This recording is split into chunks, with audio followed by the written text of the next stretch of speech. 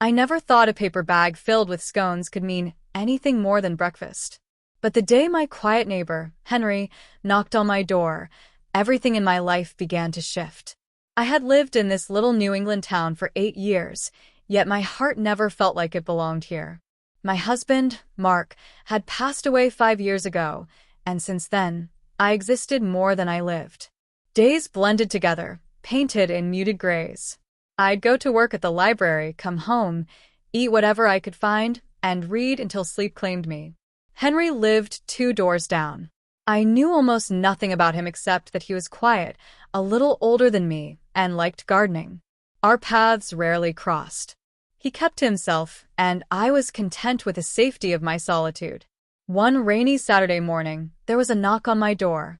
I almost ignored it, assuming it was a delivery, but something made me answer. When I opened it, there he stood, Henry, holding a brown paper bag. He looked hesitant, like someone who had been rehearsing what to say. "Hi, I made too many scones," he said, offering the bag. I blinked at him, caught off guard. Oh, "Thank you." He smiled faintly. "They're still warm. Blueberry." That should have been the end of it. A polite exchange, a closed door, and back to my book. But as I sat with my tea, breaking open one of the soft, still steaming scones, I felt something I hadn't in a long time. Comfort. Not just from the taste, but from the simple fact that someone had thought of me. The next week, I found a small basket of apples on my doorstep with a note in neat handwriting. From my garden. I baked an apple pie and returned the dish with a thank you card. It felt almost childlike, this quiet, old-fashioned exchange of kindness. Soon, we began to speak more. At first, it was just a nod over the fence, a few words about the weather. Then one afternoon, I saw him in his yard struggling to carry a bag of soil, and without thinking, I walked over to help. That's how I learned he had moved here after his wife, Ellen, passed away. She had loved gardening, and he kept it up as a way to feel close to her. We started having tea on my porch every Sunday afternoon. At first, we mostly talked about small things, books, recipes, the funny quirks of our neighbors. But slowly, we shared the heavier truths. I told him about losing Mark and how I'd felt like my life had turned into a quiet, endless winter. He told me about how the silence of his house sometimes felt like a weight pressing on his chest. It wasn't romantic, not in the way people write about in novels.